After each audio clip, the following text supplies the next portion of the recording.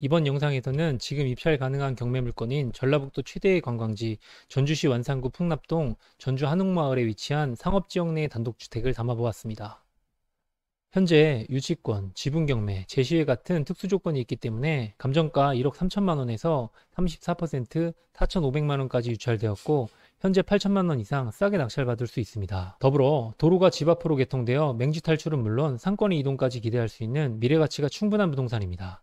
무조건 피해야 할 위험한 물건인지 정말 싸게 낙찰받아서 큰 수익을 얻을 수 있는 기회인지 이번 영상에서 확인해 보겠습니다. 내가 입찰할 물건을 검색하기 위해 1차 100%부터 물건을 보지 않고 유찰될 물건만 검색하거나 특수 조건이 있는 물건은 무조건 넘어간다면 다수가 경쟁하는 시장에서 치열하게 싸워야 합니다. 아파트처럼 거래 실적도 많고 다수가 투명하게 얻을 수 있는 정보가 많은 물건일수록 많은 경쟁은 필연적이고 이런 상황에서 낙찰자가 가져갈 수 있는 수익률은 클 수 없습니다. 그래서 감정평가를 시행할 때 감정 대상을 찾기 어렵거나 거래 실적이 드물어서 부동산의 현재 시장 가격보다 아주 낮게 감정평가된 물건을 찾고 낙찰받는다면 다수와 경쟁하지 않고 큰 수익을 얻을 수 있습니다. 그리고 감정평가 금액은 현재의 가치만을 객관적으로 담기 때문에 미래가치, 즉 개발계획을 감정평가 금액 안에 담을 수 없습니다. 싸게만 낙찰받기 위해 유찰을 기다리는 입찰자들에게는 더 싸게 받기 위한 경쟁에만 몰두하게 되지만 우리가 해야 할 일은 감정평가 금액에 개발계획이 반영되지 않은 물건을 찾아 경매를 통해 싸게 낙찰받아 두 번 이기는 시장에 있어야 합니다. 이런 물건은 감정가 대비 낙찰률은 아무런 의미가 없습니다. 고수들만의 영역에서 소리소문 없이 끝이 납니다. 그리고 대부분의 경매 참가자들은 복잡하고 어려운 물건이 아니더라도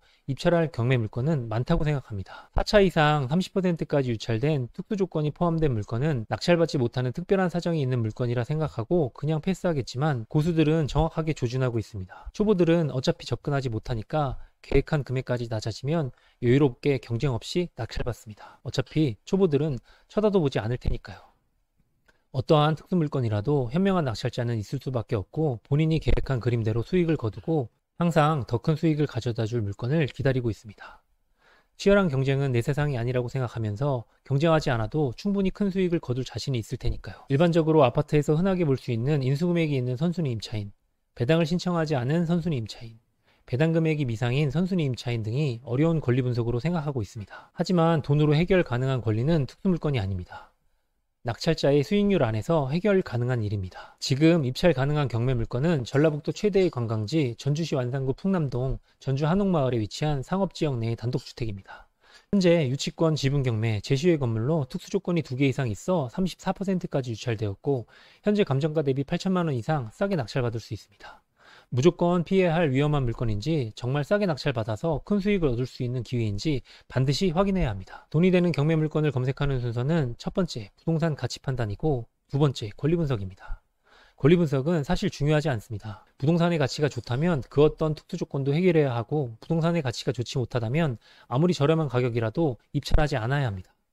마찬가지로 34%까지 유찰되었다 하더라도 부동산의 가치가 좋아야지만 입찰할 수 있습니다. 이번 경매 물건은 전주 한옥마을 메인 상권에서 한 블록 떨어져 있는 도보로 이용 가능한 주택이지만 향후 8m 미만의 도로가 개인주택 앞으로 개통이 계획되어 있습니다.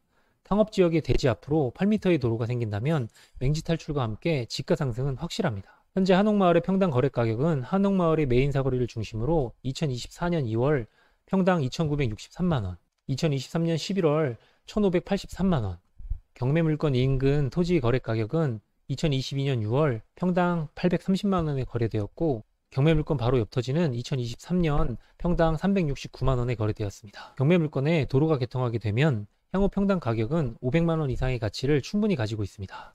이렇게 현재도 충분히 좋은 부동산의 입지에 도로의 개통으로 부동산의 미래 가치까지 확보된다면 이제부터 특수 물건을 해결할 수 있는지에 대한 권리 분석을 시작하는 겁니다. 30%까지 유찰되어 정말 싸다고 하더라도 부동산의 가치가 좋지 못하면 입찰하지 않는 것이 맞습니다. 이제부터 34%까지 유찰시킨 특수 물건에 대한 권리 분석을 시작해 보겠습니다. 특수 조건으로 풀어야 할 숙제는 크게 두 가지입니다. 첫 번째는 유치권, 두 번째는 지분 경매입니다. 유치권을 정확하게 권리 분석하기 위해서는 유치권을 신고하는 이유를 알아야 합니다. 첫 번째 이유는 해당 사건의 부동산이 공사대금을 받지 못했을 경우입니다.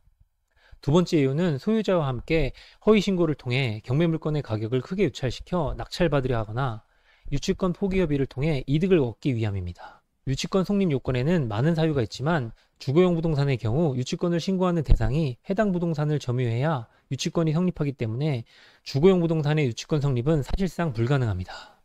그리고 가장 일반적인 판단 기준인 것이 경매 개시일 이전에 유치권을 점유해야 하므로 이 물건처럼 현황조사서와 감정평가서에 유치권 점유의 글과 사진이 있다면 비로소 유치권의 진성 판단 여부가 시작됩니다. 현황조사서와 감정평가서에 유치권에 대한 언급과 사진이 없다면 유치권은 조사할 필요 없이 가짜 유치권입니다.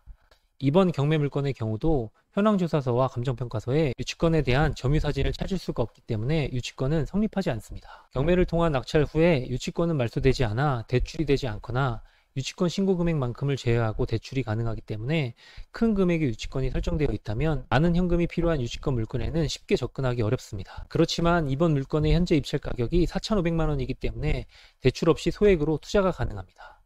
유치권 성립 요건은 하단 블로그 링크를 통해 공유하도록 하겠습니다. 또 다른 특수 조건인 지분 경매는 한 부동산에 소유자가 둘 이상인 경우에 문제가 있는 소유자의 지분만을 매각하는 경우로 지분 경매가 시작되고 나머지 지분권자가 낙찰자 선정 시 공유자 우선 매수 신고를 통해 최고가 낙찰자와 같은 가격으로 소유권을 뺏어올 수 있습니다. 지분 경매의 경우 최고가 매수인이 되더라도 나머지 지분권자의 우선 매수권 신고를 통해 낙찰을 폐찰로 변경시켜 낙찰자의 소중한 시간과 비용을 모두 날려버릴 수 있습니다. 등기사항 전부 증명서를 통해 부동산의 과거와 현재 그리고 지금 소유주의 모든 상황을 거짓없이 볼 수 있습니다. 또한 가장 중요한 공유자 우선 매수 신고 여부도 어느 정도 예측할 수 있습니다. 그래서 공유자 우선 매수 신고를 안 할 확률이 높은 물건에 꾸준히 입찰하셔야 합니다. 전주시 한옥마을 개인주택은 어머니가 두 딸에게 상속해 주신 부동산입니다.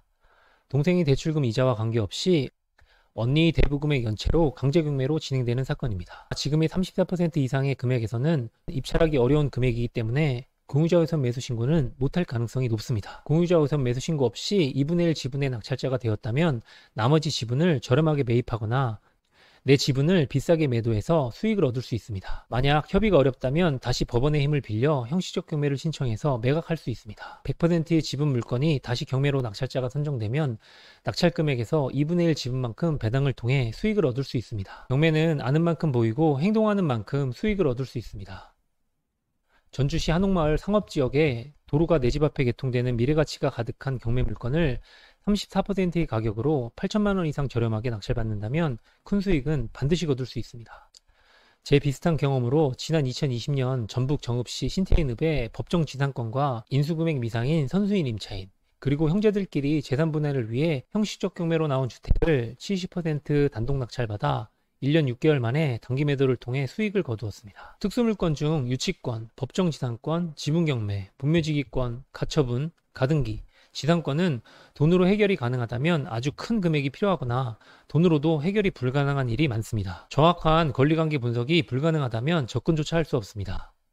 특수조건을 해결하는 낙찰자가 결국 낙찰 가격을 결정합니다. 그렇기 때문에 경쟁 없는 특수조건 경매 물건은 일반 경매 물건보다 비교할 수 없는 큰 수익을 거둘 수 있습니다. 특수물건에 에너지를 쏟는 것보다 쉬운 물건을 여러 건 하는 것이 효율적이라고 생각한다면 앞으로 특수물건은 접근할 수 없습니다. 치열한 경쟁을 통해 겨우 한 건을 낙찰받았지만 수익률은 적고 이렇게 언제까지 얼마나 계속해야 되는지 고민하고 있다면 경쟁이 없는 시장에서 단 한 건의 낙찰로도 충분히 높은 수익을 얻을 수 있는 특수조건 경매 시장에 참여해야 합니다. 앞으로 해결하기 어려운 특수물건에 대한 궁금하신 점이 있거나 어려운 권리 분석이 있다면 제가 도움드리도록 하겠습니다. 시청자 여러분들이 부동산 경매로 성공하고 싶다면 꾸준하게 저와 함께 해주시고 좋아요, 구독, 알림 설정 부탁드립니다.